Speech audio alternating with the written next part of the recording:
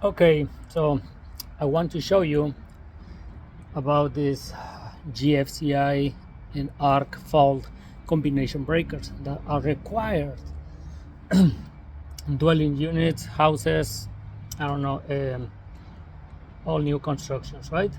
So there is a problem with these breakers. Let me show you. These expensive breakers, about $65 with taxes each, you are required, and they're very good. I mean, if they work, you should feel very safe, especially if you are spending hundreds of thousands of dollars of building a house. You want to be yourself covered by insurance, and since they're required, you have to have them. But they're junk. I spent so many days trying to find out why they keep tripping when you're plugged in a microwave, vacuum. So I was thinking to myself, maybe I did some my wiring it's wrong inside. I don't know, like going back and forth, thinking over and over.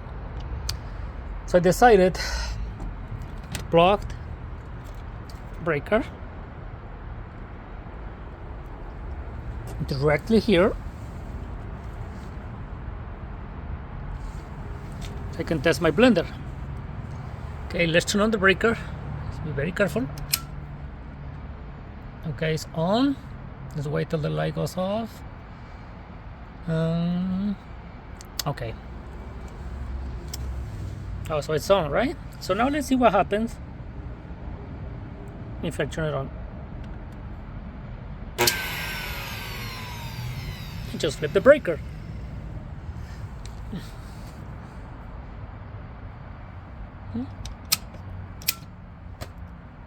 There is something wrong with these breakers.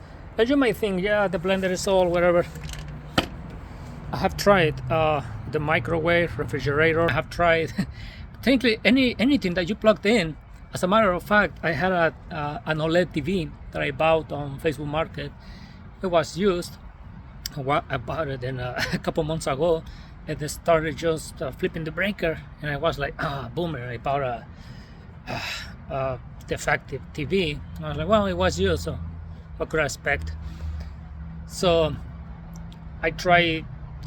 I don't know, like to figure out what was wrong with the TV.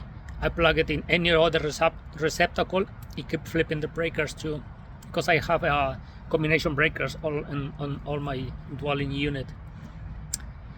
So I sold the TV as is. I paused it very cheap, and I told the guy who came over here to buy it, and I told him, like, this is what's happening. I don't know what's wrong. I just give me that much money. And he never complained. He hasn't come back. He never called me back. So the TV was okay. It's the breakers that's of junk. Hundreds of dollars. There's around $1,000 here, and they're required. So what are your thoughts, guys? Pardon my English is my second language. I try. Yeah, I really feel it should be a lawsuit against regarding this problem, because electricians from all over the country, I have seen these videos where they go back and fix the problem. Technically, what they do, they replace with a regular breaker or just a GFCI breaker where they work just fine.